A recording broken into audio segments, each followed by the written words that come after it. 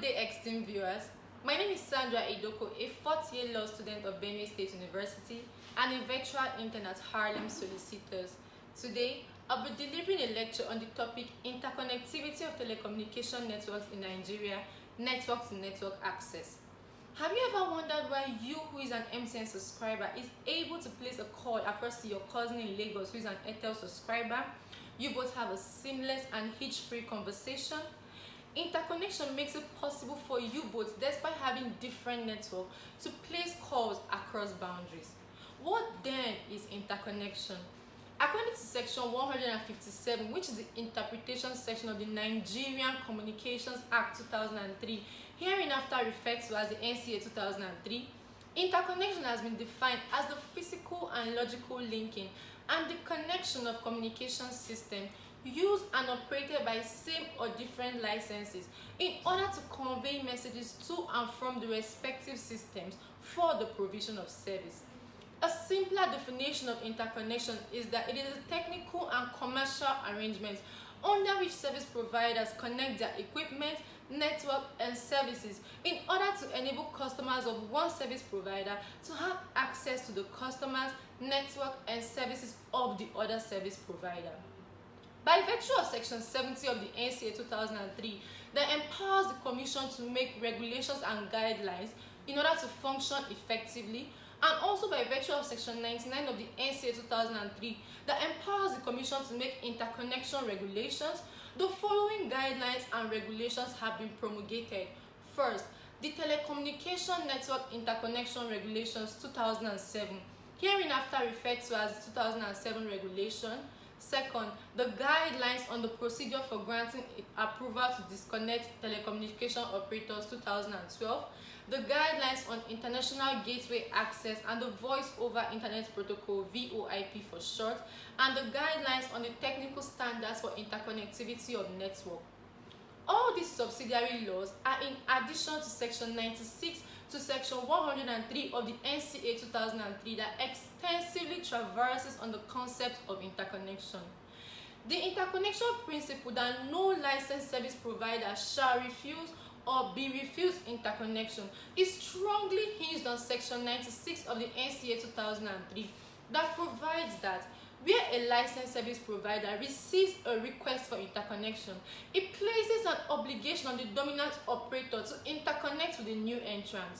This principle is reiterated in Regulation 1 of the 2007 regulation that states that a telecommunication operator, upon receipt of a request for interconnection, has the obligation to interconnect with the new entrant in accordance with Section 97 of the NCA 2003, which brings us to interconnection agreement and the procedure for interconnection.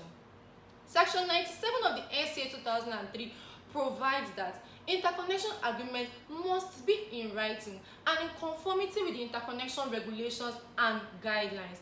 This means that there can be no interconnection agreement or such obligation unless there is a written request from the requesting party, which is the party asking for interconnection, to the requested party, which is the party to whom such request is being made, before there can be such interconnection agreement.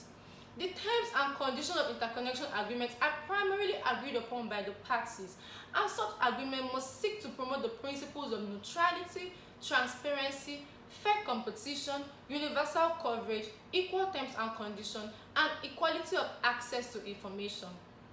Regulation 5 of the 2007 regulation provides for the procedure for interconnection. It states to the effect that a request for interconnection must be in writing to the requested party, and the requested party shall, upon receipt of such request, notify the requesting party within 14 days in writing, and such request for interconnection must be brought to the notice of the Commission by the requesting party. However, it is worthy of note that a request for interconnection may be refused on reasonable grounds that must be justified in writing and be brought to the notice of the Commission by the requesting party.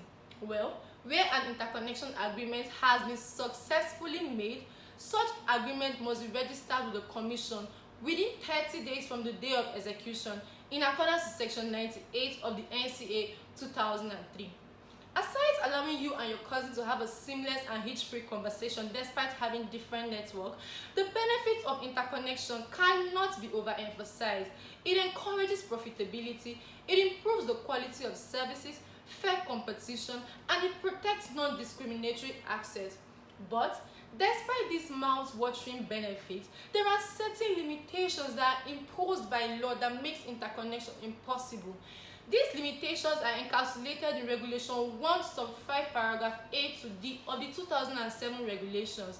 These limitations are where interconnection is prohibited by law, where the license given to an operator does not authorize the service for which the interconnection is being requested. For example, an internet service provider requesting for interconnection from a mobile network operator is prohibited by law, where interconnection will result in danger or endanger human life and property. And lastly, where the interconnection does not conform with the technical standards for interconnectivity of network. This leads us to termination and disconnection of interconnection. The rule is that once parties are interconnected, they must remain so interconnected as one party cannot unilaterally disconnect the other party without the written approval of the NCC. In the case of MTN versus Interconnect Clearinghouse, ICH for short, MTN unilaterally disconnected ICH and ICH wrote to the NCC that it was in contravention with the provisions of the NCA 2003 and the NCC ordered for a reconnection. It stated that the proper thing that ought to have been done was to file a Form 1 reporting the debt, and the parties will agree on a date when such debt will be serviced, as failure to service the debt will lead to an order for partial disconnection. The guidelines on the procedure for granting approval to disconnect telecommunication operators 2012 provide the circumstances where disconnection may be allowed. First, where interconnection debt is due. Second, where there is a breach of interconnection agreement. And third, where the interconnection agreement has been terminated, of which a 6-month notice must be given to the other party of the intention to terminate such agreement. However, all of these will still not be possible without the written approval of the NCC. Disconnection can either be partial or total, but NCC frowns at total disconnection because we will not be able to either place calls or receive calls, and it will be such a pathetic disconnection. What then is partial disconnection?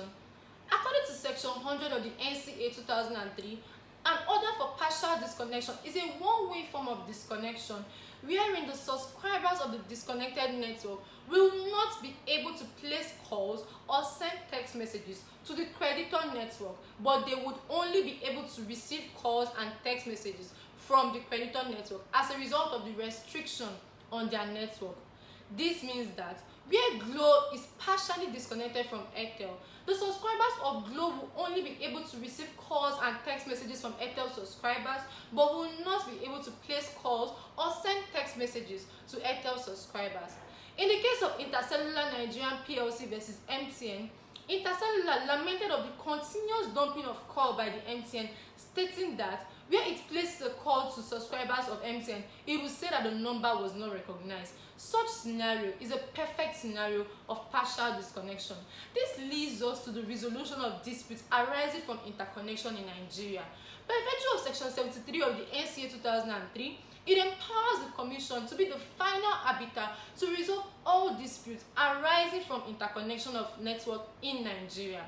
Finally, Regulation 18 of the 2007 regulation provide for the sanctions that will be given to network operators who contravene interconnection regulations and guidelines, as they will be liable to such fines and penalties as will be determined by the Commission from time to time.